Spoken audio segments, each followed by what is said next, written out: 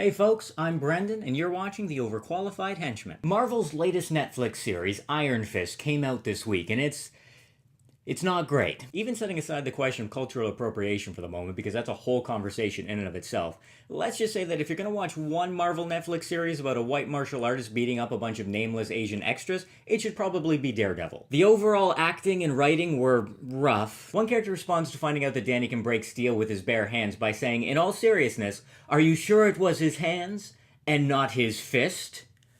What? The pacing needed work. Listen, we're gonna have to cut some of this martial arts stuff to make room for more boardroom scenes. That's what the fans want. And I don't want to say the fight choreography was boring, but if the conspicuous lack of shoes fits, don't wear it. Boy, I sure mangled that metaphor almost as badly as they mangled the Bride of Nine Spiders character. And I get it, Finn Jones is a novice at martial arts, and say what you will about that casting, but he really sells entitled man-child throwing a temper tantrum for 13 episodes straight. If only there'd been some way to, I don't know, obscure part of his face during action scenes so that you could more easily swap in a stunt double.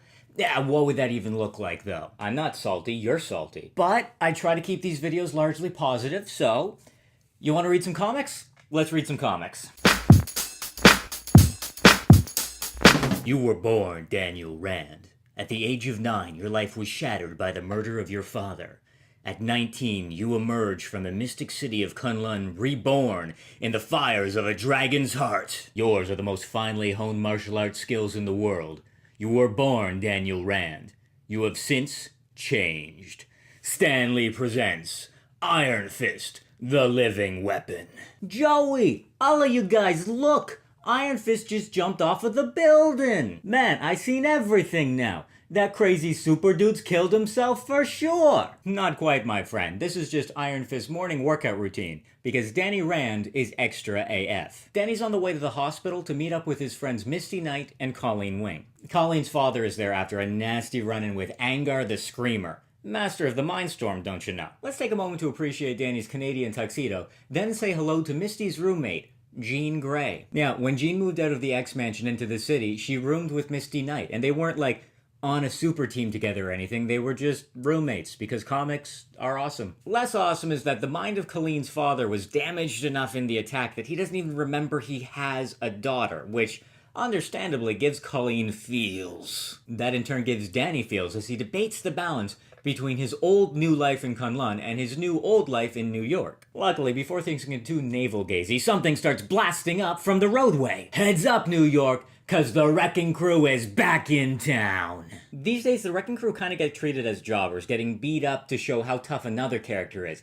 But let's take a minute to remember that these are 4 guys who are each as tough and strong as Thor. See, after Doctor Strange defeated the Wrecker in Mortal Kombat, he sent the Wrecker's enchanted crowbar to a nether dimension.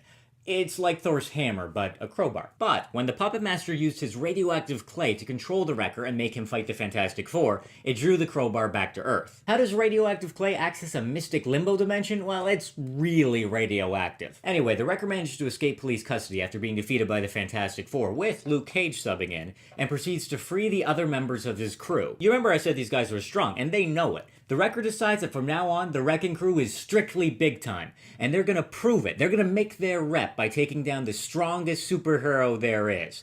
They're gonna kill Thor. Which is what brings them to New York. Danny and Misty are just in the wrong place, the wrong time. Misty correctly surmises that there's no way the 2 of them are going to stop these 4 guys on their own. So Danny decides he'll hold them off as long as he can while Misty evacuates the hospital. And that's gonna be all of 2 seconds, punk! That was only a love tap, kid. Next time I'm gonna knock yous into New Jersey, I hit you so hard. The Wrecking Crew are great. Anyway, the fight's not going well for Danny, even if he does manage to catch Bulldozer by surprise. His kung fu tricks might be able to keep one of the Wrecking Crew off balance at a time, but he's not actually wearing them down, and you might remember, there's 4 of them. The Wrecker reminds his guys they're not there to beat up on college kids, they're there to kidnap Dr. Don Blake, well-known friend of the mighty Thor, wink wink, nudge nudge. So Bulldozer breaks into the hospital and quickly knocks out the police helping with the evacuation. Misty Knight wants to know if he thinks he'll do as well against a lone woman. She'll make it easy on him, she'll barely move at all, just enough for her bionic arm to slam him up against the wall. Unfortunately, while Misty's arm might be bionic, the rest of her is flesh and blood.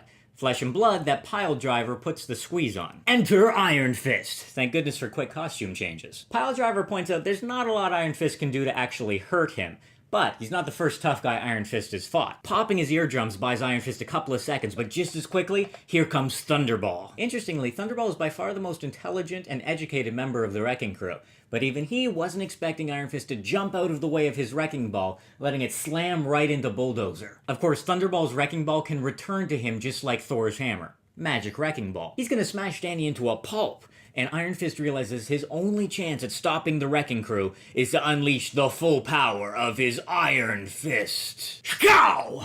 Meanwhile, Danny's friend Alan Cavendish, a man haunted by his past as an IRA bomber, is on a tramp steamer from London to New York. While Alan is jolted awake by yet another nightmare, in the room next to his, a couple of supervillain assassins are playing poker. There's a lot going on here, but this plot thread doesn't pay off for a couple of issues, so we'll skip ahead. As he goes one-on-one with the Wrecker himself, Danny realizes he's barely slowing these guys down. Sooner or later, he's gonna dodge a second too slow and he's gonna be dead. If even his Iron Fist can't stop him, he's gonna have to bet it all on one last gamble. His will against the Wrecker's. Contact! Even as Iron Fist's hands touch the Wrecker's bar, the two men begin to glow like newborn stars, strain etched deep on their faces, as the power of Xiao Lao the Undying is pitted against that of Carnilla, Queen of the Norns. The last hero who tried to steal my bar like this was Doc Strange. He was master of the mystic arts, but it took everything he had to beat me. You're good, Iron Fist, but whatever you are, you ain't that good, and you ain't got that kind of power. Well, didn't think that's how that was gonna go. And things get even worse as Thunderball takes Misty hostage. Danny's chi is spent. All he can do is bluff. He tells the Wrecking Crew that if they hurt Misty, he'll fight them long enough for other superheroes to arrive and take them down, even if it kills him. Instead, he offers to make them a deal. They want Thor so bad? Fine. He'll use his martial arts skills to sneak into Avengers Mansion, turn off the security, and let them inside. They can ambush Thor where he thinks he's safe. He wouldn't have a chance. Now even the Wrecking Crew thinks that sounds a little too convenient, but hey, they're the ones with a hostage. So the Wrecker says, sure, Iron Fist, break into Avengers Mansion for us, and as a show of good faith, kill any Avengers you happen to run into. Or your lady friend is as good as dead. So off Iron Fist goes, having bought our heroes a little bit of time. His plan is to talk with the only Avenger he's ever met face to face, Iron Man, and come up with some kind of plan. If Iron Man isn't at Avengers Mansion, he may have just signed his and Misty's death warrants. Next issue, enter a living legend, but not the one you think. We'll pick up where this leaves off in next week's video, but until then, thanks for watching. You can let me know in the comments what you thought of this series, or if there are other comics for which you'd like to see me perform a dramatic reading. Meanwhile, I know I always say it, but you'd be doing me a big favor if you remembered to like, subscribe, and share. Maybe check out some of my other comic-related videos while you're at it. Until next time, keep on henching. I mean, they know Star-Lord already did the emotionally stunted man-child with an antiquated music player from his childhood, right?